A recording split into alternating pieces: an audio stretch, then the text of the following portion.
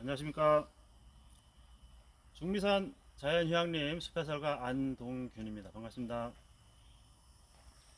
제가 오늘 여러분과 함께 나눌 이야기는, 숲해설 주제는 낯선 숲속에서 방향 찾기라는 주제의 이야기입니다.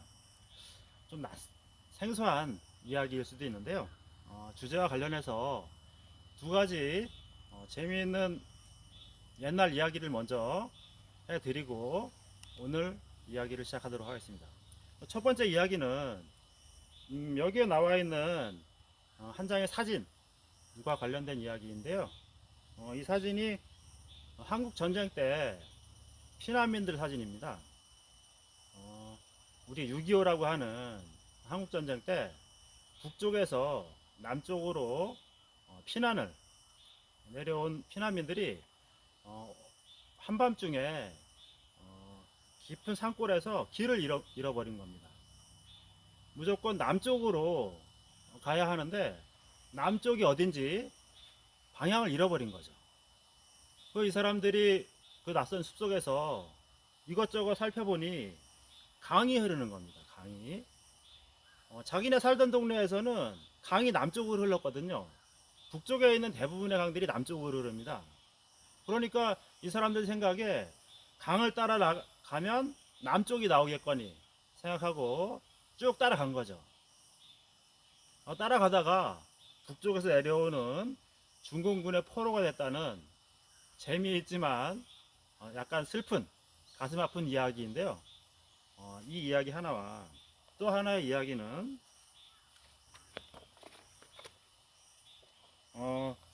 예전에는 우리 가까운 연근해에서 고기잡이 하다가 조난을 당한 어부들이 엄청나게 많았다고 해요. 고기를 쫓아서 약간 멀리 나갔는데 한참 고기를 잡다 보니 육지가 안 보이는 겁니다. 육지가 안 보이니까 갑자기 당황을 하게 되고, 거기다가 폭풍우라도 몰아치게 되면은 어디가 방향이 어딘지 잊어버리는 거죠. 그래서 연근해에서 조난을 당해서 안타깝게 목숨을 잃은 어부들이 많았다고 하는데요. 이와 관련된 이야기가 오늘 숲해설 주제입니다. 낯선 숲속에서 방향 찾기. 우리가 보통 이게 뭔지 다 아시죠? 네, 나침반이 있으면 뭐 이것만 되면 동서남북 방향이 어딘지 금방 알 수가 있죠. 하지만 우리가 나침반을 보통 휴대하고 다니는 사람들은 거의 없습니다. 또 요즘에는 이 스마트폰이 있어서, 스마트폰만 있으면 이 안에도 나침반 기능이, 앱이 있어서 이것만 깔아 놓으면 언제 어디서든지 동서남북 방향을 쉽게 알 수가 있습니다. 오늘은 이런 나침반이나 스마트폰 말고 이런 기계의 도움 없이 이 자연 속에서 방향을 찾는 방법을 알려드리도록 하겠습니다. 자, 제가 오늘 시계를 하나 가져왔는데요. 시계만 있으면 쉽게 방향을 알 수가 있습니다. 물론 이거는 여러분들 보여드리기 위해서 큰 시계를 가져왔는데요. 또 손목 시계만 있으면 쉽게 방향을 찾을 수가 있습니다. 자, 이 시계를 이용해서 어떻게 찾냐면, 시계에 시침과 분침이 있는데요. 시계의 시침을 지금 해가 떠 있잖아요. 태양, 해 방향과 정 방향으로 맞춥니다.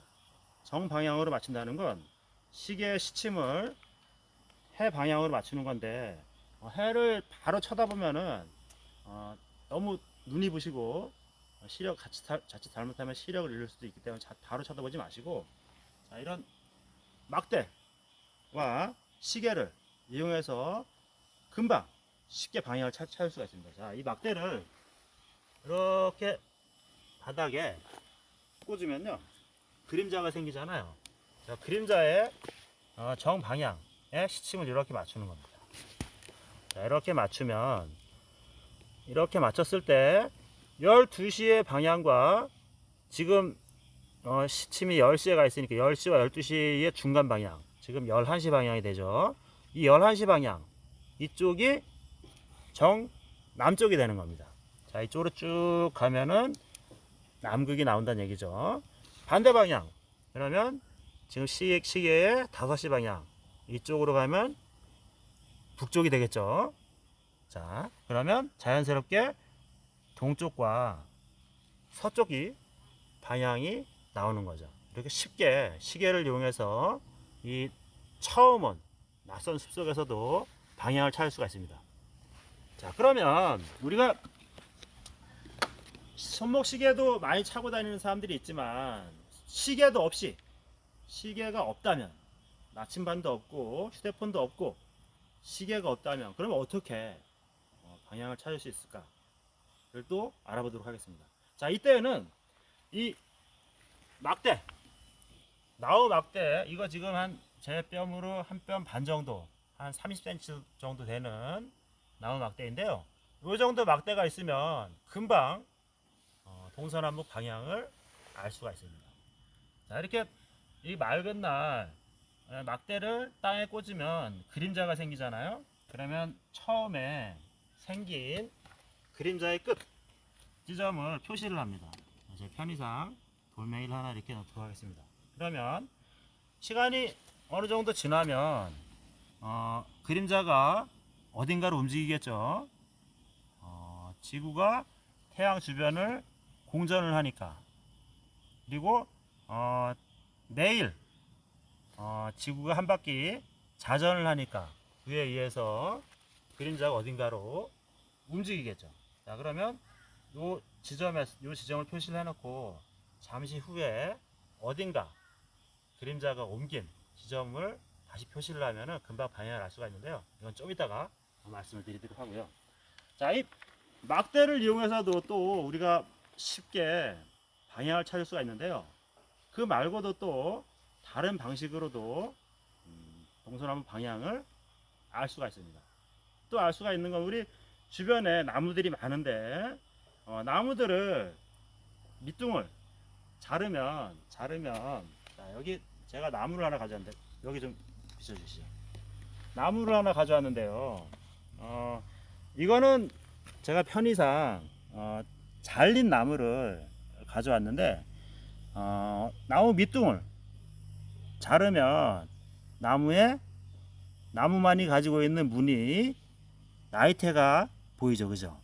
자, 나이테 중심을 기준으로 해서 동심원이 생기는데요. 한 해 하나씩 동심원이 생기는데 가만히 잘 보면 동심원의 나이테의 넓이, 간격이 다 똑같지가 않습니다. 넓은 부분이 있고 상대적으로 좁은 부분이 있어요. 그렇죠? 자, 왜 이런 게 생길까요?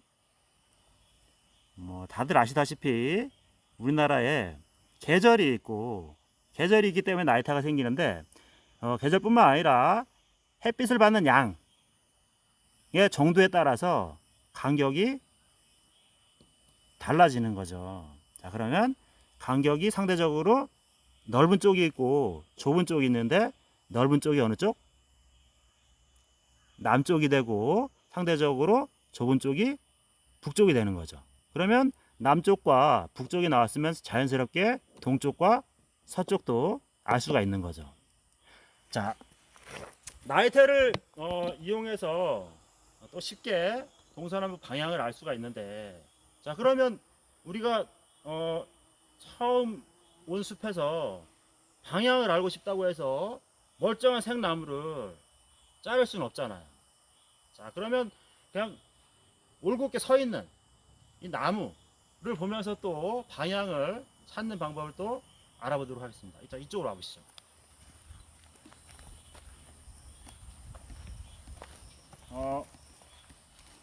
이렇게 높이 서 있는 나무의 밑둥을 보면요, 나무 이 줄기에 원나무와 원나무에 붙어있는 원나무와는 다른 또 다른 종류의 식물이 있습니다. 자, 이렇게 초록색으로 나무에 붙어서 기생하는 식물이 있는데요.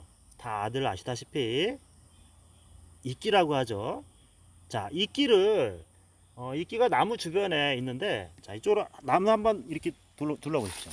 이렇게 한 바퀴 쭉 둘러보면요, 이끼가 나무에 골고루 있지만은 그 분포가 똑같지가 않습니다. 어느 쪽은 이끼가 많이 붙어 있는 쪽이 있고요. 또 이쪽으로 한번 봐보시죠. 어느 쪽은 보면은 이끼가 없진 않지만 분명히 있지만은 많지 않은 것도 있어요. 자, 다시 이쪽으로 와보시죠. 자, 그러면 왜 이런 현상이 생길까요?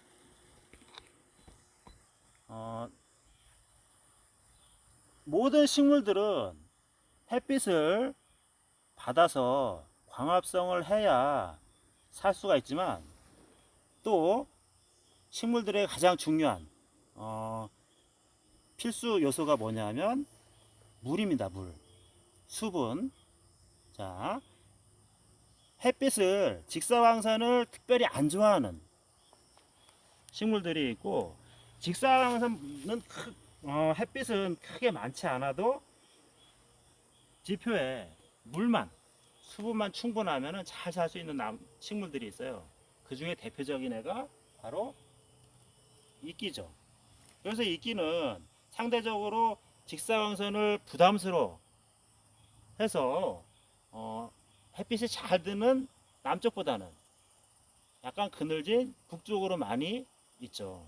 자, 아까 보셨다시피 그러면 이끼가 많은 쪽과 적은 쪽이 있어요. 그럼 이끼가 많은 쪽이 어느 쪽? 북쪽이 되고, 상대적으로 적은 쪽이 남쪽이 되는 거죠. 자, 이건 절대적이지 않습니다. 왜냐하면 여기는 깊은 숲속이고 곳곳에 나무 그늘들이 있기 때문에 햇빛이 완전히 다 들어오는 곳이 아니고 하기 때문에 한 나무만 보고 절대적으로 생각하면 안 되고, 여러 나무를, 주변에 있는 다른 나무들도 보면서 전체적으로 이쪽 방향에 이끼가 많네, 그러면 이쪽이 북쪽이 되고, 전체적으로 저쪽 방향에 이끼가 상대적으로 적네 라고 보시면 저쪽이 남쪽이 되는 거죠. 자, 이렇게 해서 또 방향을 알 수가 있습니다. 좀 더 숲에 대해서, 이 나무에 대해서 관심이 많은 분들은 또 이 나무 수영의 줄기, 가지의 성쇠나 잎의 크기를 보고도 방향을 알기도 하는데요. 이거는 좀 더 좀 전문적인 분야라 오늘 이야기에서는 좀 생략을 하도록 하겠습니다. 자, 다시 이쪽으로 와보시죠.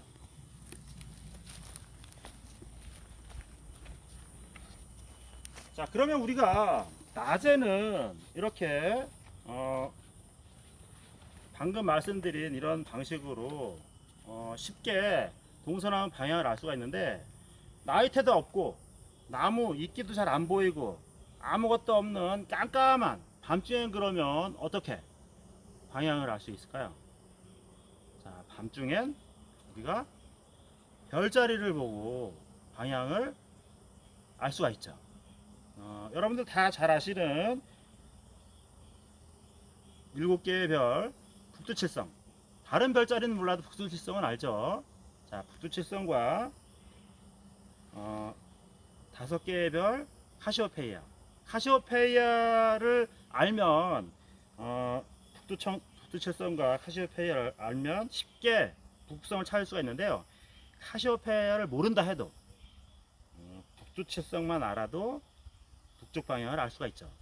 자, 북두칠성의 국자 모양 끝에 있는 2개의 별, 편의상 가와 나의 별이라고 했을 때 이 별의 간격에서 하나, 둘, 셋, 넷, 5배를 가면 반짝이는 별 북극성을 찾을 수가 있고요. 그 맞은편으로 가면 하나, 둘, 셋, 넷, 5개의 별 카시오페이아. 이 별의 요 간격, 이 간격에 역시 5배를 오면 이건 자리를 확인할 수가 있죠. 자, 우리가 또 이렇게 우리가 살고 있는 북반구에서는 어디를 가나, 우리가 살고 있는 한국에 있건 미국을 가건 유럽을 가던 어디에서든 북극성은 보이기 때문에 쉽게 밤에 방향을 찾을 수가 있습니다. 자, 그러면 북극성이 안 보이는 남반구에 가면 북극성이 안 보입니다. 남반구에 가면 그러면 어떻게 찾을 수가 있나? 자, 남반구에 가면 사실은 저도 지구의 남쪽 남반구까지는 안 가봤는데요. 자, 호주 국기입니다. 호주의 국기에 보면 별자리가 표시되어 있어요. 자, 호주가 어떤 나라입니까? 이 영국에서 이민자들이 이주해서 만든 새로운 나라가 호주잖아요. 물론 원주민들이 있었지만 이 이민자들이 대서양을 지나 인도양을 지나 머나먼 항해를 거쳐서 이 호주에 정착을 해야 하는데 이 나침반도 변변치 않던 시절, 항해 내비게이션 GPS 당연히 없던 시절에 오로지 남쪽에 반짝이는 작은 별 남십자성만 보고 항해를 한 거죠. 얘가 이 이민자들에게는 어떤 방향을 정해주는 희망의 별이었던 거죠. 얼마나 중요한 이 목숨과도 같은 별이었으면 이렇게 국기에 별자리가 들어있겠습니다. 뉴질랜드 국기에도 이 남십자성이 들어가 있습니다. 남쪽에 지구의 남쪽 남반구에 가면 이렇게 동서남북 방향을 알 수가 있는 거죠. 자, 그러면 지금까지 이렇게 낯선 숲속에서 방향 찾기라는 이야기를 해봤는데, 그래서 동서남북 방향을 알아서 뭐 할 건데 라고 생각할 수 있어요. 나 필요 없어, 그냥 길만 보고 갈 거야. 뭐 그냥 안내판도 있는데 그거 보고 가면 되는 거지. 뭐 방향을 알아서 뭐 했을 건데 라고 생각할 수도 있는데요. 자, 우리가 낯선 산에 갔을 때 방향을 알면 쓸모있는 팁을 몇 가지 알려드리도록 하겠습니다. 자, 여러분들 다 아시는 소나무, 저기 옆에도 소나무가 있는데요. 자, 소나무는 동서남북 어느 방향으로 가야 많이 볼 수 있을까요? 남쪽. 자, 소나무는 아까 모든 식물들은 햇빛을 또 물을 좋아하고 있어야 살 수가 있다고 얘기를 했는데, 소나무는 그 중에서 지표에 있는 물보다 물은 약간 부족해도 땅은 약간 척박해도 위에 비치는 햇빛이 가장 중요한 애입니다. 햇빛을 좋아하는 양수죠.